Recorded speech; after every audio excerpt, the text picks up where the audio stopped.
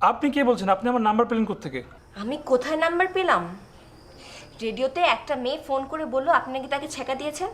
হ্যাঁ, আপনার সাহস তো কম না। এত সাহস কেন আপনার? কেন এটা করলেন আপনি? এগুলো কি বলছেন আপনি? আপনি কে?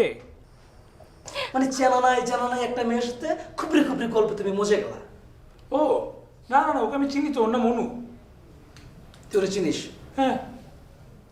ওর বাসা কোথায়? ওর বাপের নাম কি? আচ্ছা, প্রথম দিন কি এত কিছু জিজ্ঞেস করা যায় বল? তুই না মানে তোরে কি মোবাইল নাম্বার দিছে? তাই না? মোবাইল নাম্বার দেয় নাই না?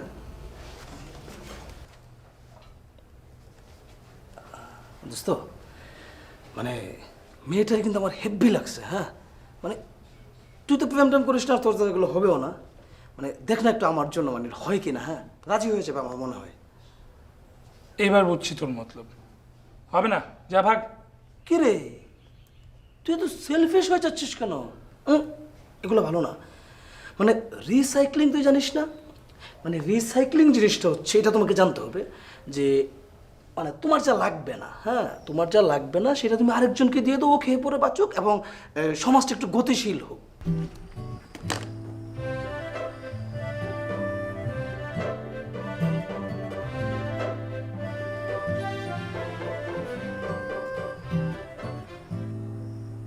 দেখ না দোস্ত একটু আমার জন্য, মানে তুই পারবি, মানে তুই চাইলে পারবি। আমি তো বলি যে শিরি, ফরহাদ, লাইলি, মজনু, অনু, জারাফ, হ্যাঁ আমরা মানে এই প্রেম জিনিসটাকে যে আমরা একটা উন্নত মার্গীয় পর্যায়ে নিয়ে যাব কিন্তু। হ্যাঁ, মানে তুই একটা চান্স দে, আমি পারবো দোস্ত, আমি পারবো। মানে কে ফোন দিছে? জানি না, আমার নাম্বার। দেখা দেখা রিসিভ কর, রিসিভ কর, ওকে না দেখ না। আচ্ছা ধরতেছি, তুই যা। মানে আমি থাকি না সব, মানে আমার বন্ধু না। না তুই যা, এখনই যা, বেরো, যা।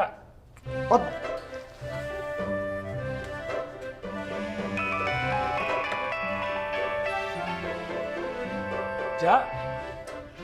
তো আমি পানি খাবো না? ওইসে খাওয়া, এবার যা। যাচ্ছি ভাই, যাচ্ছি। হ্যালো, কে বলছেন? হ্যালো, এটা কি ফকিরাপুল পানির ট্যাঙ্কি? কি বলছেন? পানির ট্যাঙ্কি হতে যাবে কেন এটা? কেন আপনারা পানি খান না? না খাই, কিন্তু আপনি কে বলছেন? আপনি আমার নাম্বার পেলেন কোত্থেকে? আমি কোথায় নাম্বার পেলাম?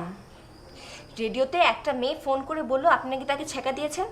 হ্যাঁ, আপনার সাহস তো কম না। এত সাহস কেন আপনার? কেন এটা করলেন আপনি? এগুলো কি বলছেন আপনি? আপনি কে? আমি অনু। কোনো সন্দেহ? এইভাবে কেউ ফোন দেয়? হ্যাঁ, কল দেয় না? ও ওকে, তাহলে বাই। না না না, মানে না মানে কি? মানে ওই আজকে বুয়া আসেনি, আমার খুব ক্ষুধা লেগেছে, আমি রান্না করতে পারি না।